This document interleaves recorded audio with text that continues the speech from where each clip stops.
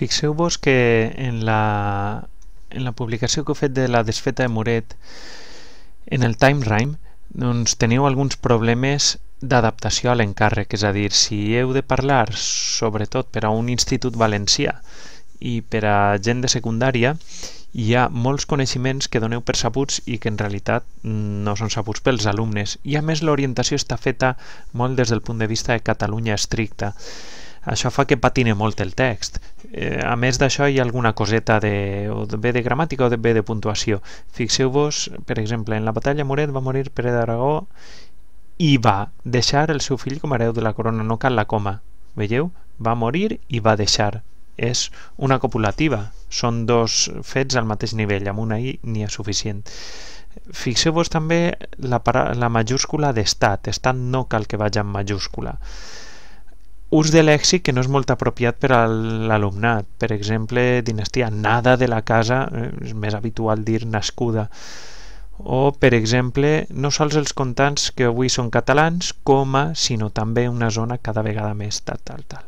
Bé, hi ha un excés d'informació en molts casos, tot això, bé, quina influència té o quin valor té per a l'alumne. Això són dades buides que l'única cosa que fan és saturar d'informació. Tornem al mateix, majúscula. Després hi ha també un poquet de perspectiva del que vos deia, és una informació excessiva per al que és l'alumne d'ací. Fixeu-vos després l'orientació de la informació.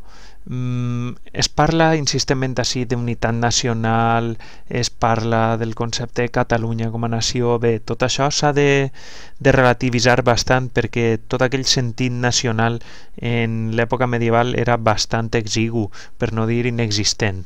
Bé? O com a mínim no s'entenia amb el concepte de pàtria romàntica a partir de que tenim així a partir del segle XIX. Per tant, tot això s'ha de relativitzar i vosaltres com a alumnes o com a profes que passeu una informació a alumnes, doncs ho heu d'esporgar, s'entén?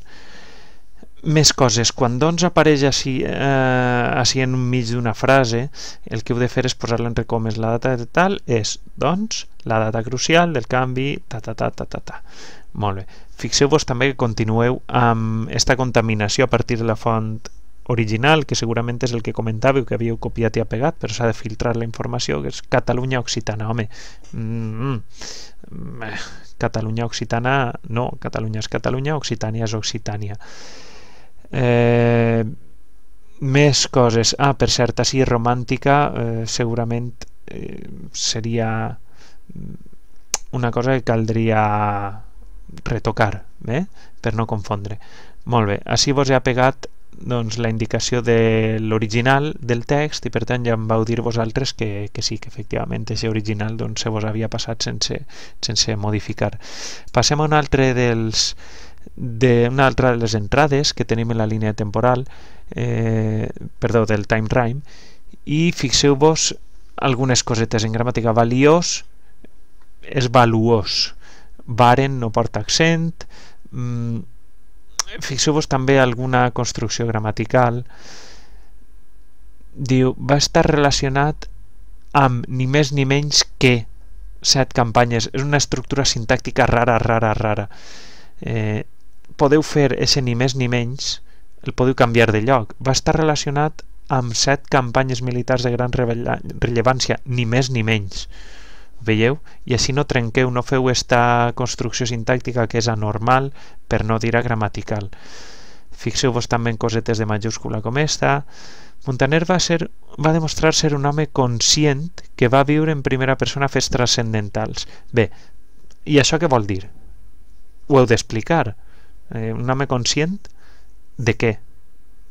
O per què utilitzeu aquest adjectiu? Veieu que no aporta res, en realitat són frases fetes o són estil. Això és un estil molt paregut al que s'utilitza en crítica literària.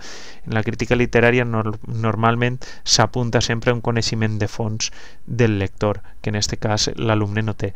Després Muntaner té, per tant, com a font principal la seva pròpia experiència cal accentuar-la, i el per tant té com a font principal, per tant el per tant que apareix enmig és una intrusió, per dir-ho així, dins de la frase, per tant s'ha de posar entre cometes. Container té, coma, per tant, coma, com a font principal,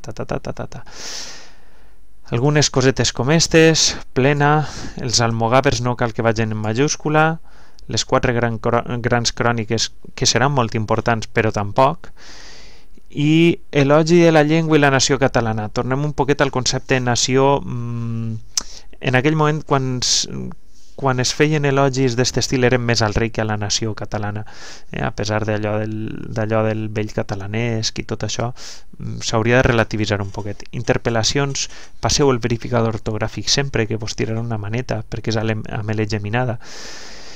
Així teniu la N que vos falla. Fullejar, com acaben els verbs que acaben en ejar? Mai acaben en TJ, mai, sempre és ejar amb J, simplement. I quan no utilitzeu el verb, que dieu, i així, la frase normal seria, i així teniu un repàs. Si no poseu el teniu, aquest verb falta, cal una coma, bé? És per a marcar l'el·lipsi del verb, i per tant és, i així, coma, un repàs de la crònica. Més coses. En aquest cas, si heu utilitzat com a afegit després de la classe, com a recordatori, els guions o el sistema de guions que feu pot ser útil, bé? Pot ser una cosa comprensible per a l'alumne. Una altra cosa és que fora abans de la classe, i ja seria més difícil i no seria el mètode més encertat este. Molt bé. Més coses. Per així teniu, mireu, la crònica per als cerimoniós, que té en comú que compta amb fidelitat la realitat del seu temps. Home, parlar de fidelitat en cròniques històriques és molt perillós. Més coses. Això, a més d'això de la fidelitat, quan es tracta d'una crònica que no és el millor adjectiu, perquè sempre hi ha manipulació, sempre, encara que puga ser un estil versemblant o que doni dades que ens poden servir per a reproduir fets històrics, doncs a més d'això hi ha algunes cosetes com majúscules quan tenim el malnom d'un rei, per exemple, un príncep. Més coses, morfologia verbal, convenga, és de convindre, que jo vinga, que jo convinga. Fixeu-vos en esta frase, que és un poquet estrany pel que fa a l'autoria. Ell mateix va començar a escriure fins que va decidir encomanar-la a Bernat d'Escoll, a qui manava indicacions i recomanacions. Què vol dir manava? En el sentit d'enviar o en quin sentit? Si no, és a qui feia indicacions i recomanacions, s'entén? Molt bé. Diu, pretén justificar les accions, per tant, explica una època de plenitud de la Catalunya medieval. Tornem al mateix problema que abans. Este sí que l'heu adaptat, però és una informació que no heu adaptat realment. És a dir, se vos han colat algunes referències d'aquest estil. No és la Catalunya medieval, és doncs, el comtat de Barcelona, tot el que vulgueu, i a més el regne de València i el regne de Mallorca, que ja estaven incorporats, s'entén, per tant, i el regne d'Aragó, per tant és la corona d'Aragó. Vigileu aquests detalls. Normalment en els capítols parlem amb la preposició en el primer, en el segon, en el tercer. Vigileu sempre d'intentar utilitzar el verificador ortogràfic com una cosa sistemàtica, vos estalvia errors com este, i aniria any per amunt, any per avall. Això és estrany. El més normal és any dalt, any baix, bé? En el sentit de aproximar, o fins i tot aproximadament. El segon ens conta com arriba al tron, amb algunes discussions entre alguns familiars. Penseu que el que feien eren discussions? Pregunte. Jo no sé si és la paraula més adequada, jo sospite que no. Entre alguns familiars i amb els representants de Catalunya. No necessiteu posar eixa coma. Aquesta seguidament aniria del... Aquesta què? Aquest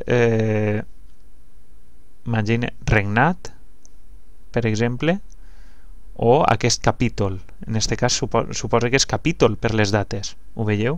Però feu referència, podeu dir, aquesta no fa referència a res, podria fer referència a qualsevol d'aquestes dues coses que indica, per tant, concreteu. Els fets del 1241 al 1345 es troben al tercer capítol. 1241? Em sembla que no. 1340. Fixeu-vos, les dates són molt importants quan oferiu informació d'aquest estil. Heu d'anar amb 4 ulls, amb 6 o amb 8, amb els que calga. Més coses. I és el més llarg de tots i, per tant, que més amb accent li interessaria de contar-nos. Com va confiscar ell mateix el regne de Mallorca? Jo faria conquistar, més que confiscar. Confiscar són béns i no sé si un regne entra dins d'aquesta categoria.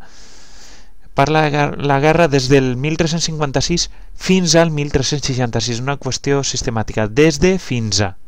Des de fins a. Més coses. Dissensions a l'inici del regnat. Suposa que seran dissensions el que voleu dir.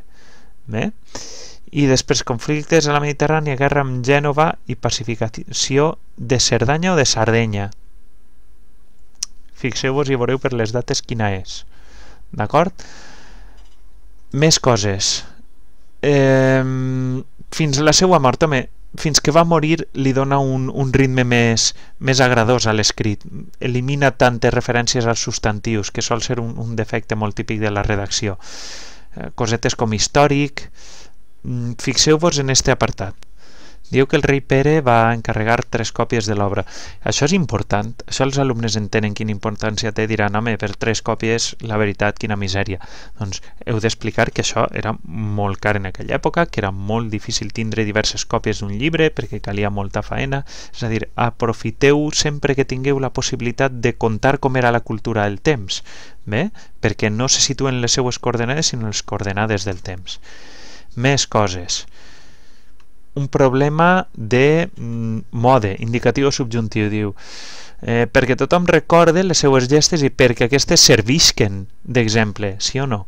I el rei es presenta com a model de cavaller, o el rei s'hi presenta com a model de cavaller, doncs podeu prescindir de l'I.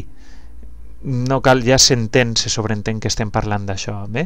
Lleialtat és lleialtat, i contant tot tipus de batalla de manera molt explícita, fixeu-vos d'on ve. També hi ha una sèrie de característiques pròpies d'aquesta crònica. La humanitat que mostra el rei, la religiositat i el providencialisme, l'esperit militar i heroic. I com poseu contant tot tipus de batalla? Això està relacionat amb l'esperit militar i heroic? Expliqueu-ho. Però si no casa, no lliga des del punt de vista ni gramatical ni estilístic. I una altra cosa és si aquestes característiques són comprensibles. A mi sempre utilitzar aquest tipus de paraules, el providencialisme, home, caldrà recordar-los què era, perquè si ho tenen dels apunts, vés a saber què és el que han entès. Més coses. El naixement, si parlem del rei, no cal que posem el possessiu, el naixement, el casament amb Elionor, etc. Veieu? I trobem la part més divertida del llibre. Per què és divertida? Perquè és entretinguda o perquè té humor? Pel que conteu així sembla que és perquè és entretinguda per les batalletes. Aleshores, intenteu afinar l'ús dels adjectius. Contra els moros és una manera poc formal de fer referència a l'enemic. Els musulmans, els àrabs, en tot cas, però els moros són un poquet informal. I diu, però com podreu imaginar-vos, això ja no ho va escriure el mateix rei. Però no havíem quedat que en realitat no ho escrivia ell? Com estava la cosa? Ell dictava, sí o no? Aleshores afineu també. Afineu perquè qui escriu, qui dicta, qui narra, són coses diferents. I també, per últim, es diu finalment en valencià. Així que, en general, la faena és bona perquè heu completat molt bé amb informació afegida a través d'altres webs, heu fet esquemes, heu donat molta informació, però cal polir-la, aquesta informació, cal filtrar-la bé, que en molts casos no està ben filtrada, cal explicar algunes coses que no estan explicades del tot, però en general és una bona faena. El que passa és que no vos heu de despistar en alguns detallets.